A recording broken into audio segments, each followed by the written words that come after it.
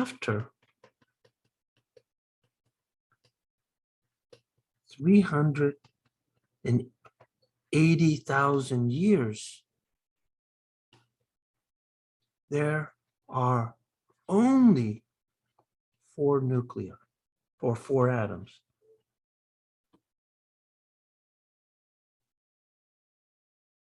Also, there are no stars in the universe. Think about that. There are no stars in the universe, and because of this, they call this the Dark Ages. And it's a long time, right? And so what you're seeing here, so if I take my picture again, I think I'm just going to bring it down here instead of jumping all over the place. So when you look at this thing, here's the picture that I'm talking about. So what you're seeing here in this picture, I'm going to make this a little bit smaller though, is that here is the Dark Ages right here, between here, right? So when the first, so from 380,000 years to 200 million years, there are no stars. And around 200 million years, the first stars are born. So at 200 million years, the first stars are born. And that takes us to our second stage here. And our second stage is stellar nucleosynthesis. And here we go. So now we're at our second thing. So this is known as stellar nucleosynthesis. Nucleosynthesis. Okay, let's do this. So we know that there are trace amounts of lithium and beryllium, so they really don't play a role anymore. So what we're going to do here is that we have to think about what is going on at this point. So after 380,000 years, the universe is filled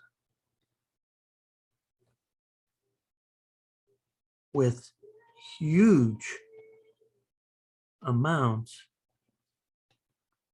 of hydrogen and helium gases.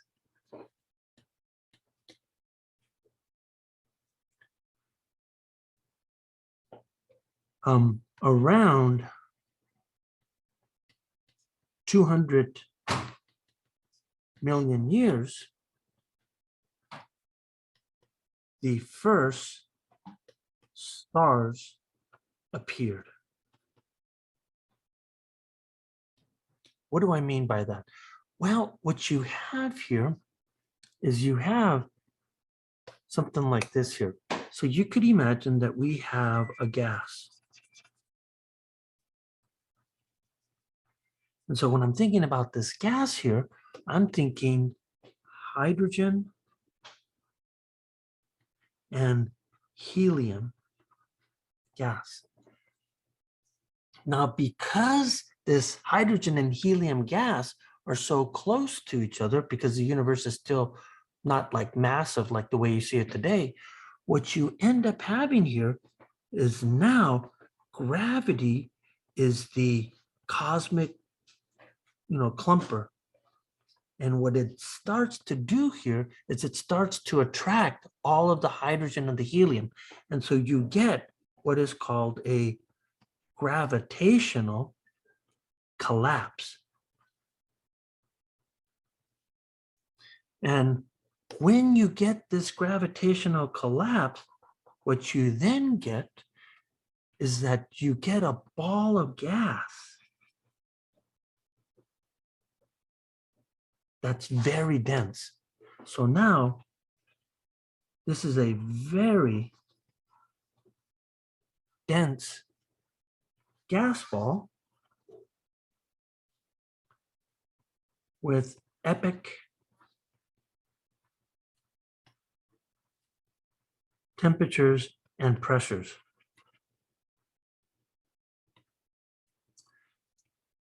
And with inside, how do I say that? This becomes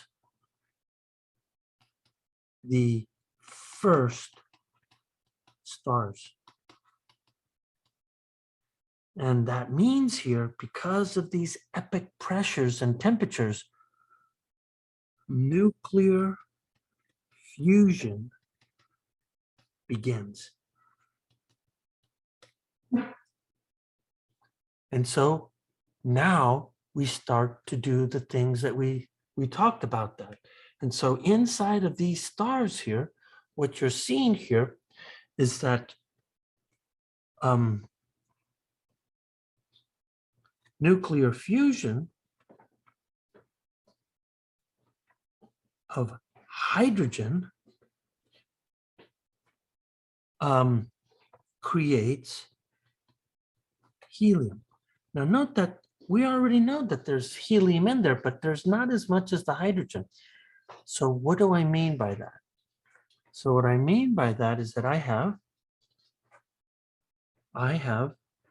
two hydrogens. So I have hydrogen one, and now I'm going to create deuterium, hydrogen 2. So then the fusion of these guys forces these guys to bond.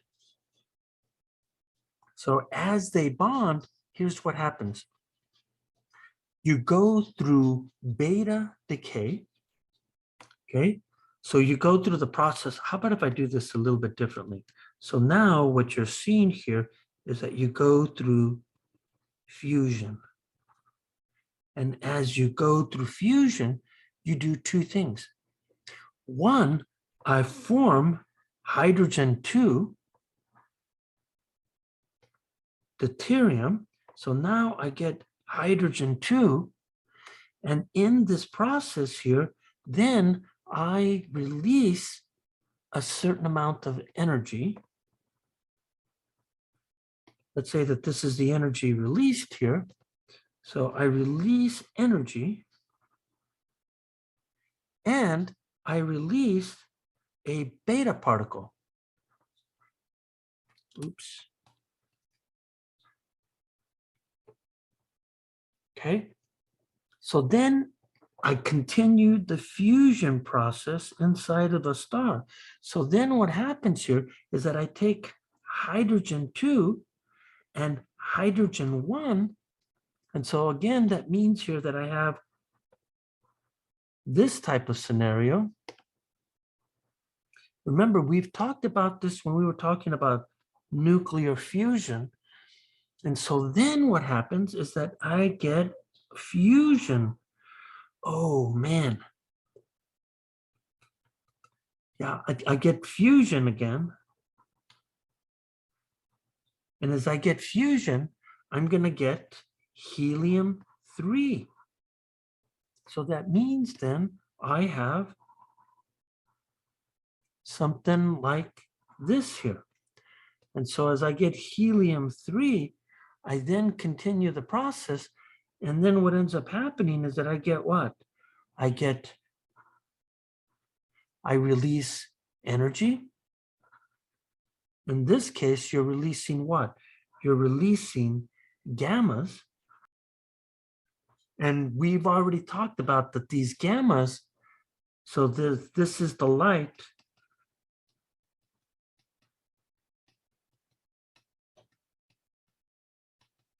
emitted in stars. And depending upon the star, it takes somewhere between 10,000 years to 100,000 years to reach the surface,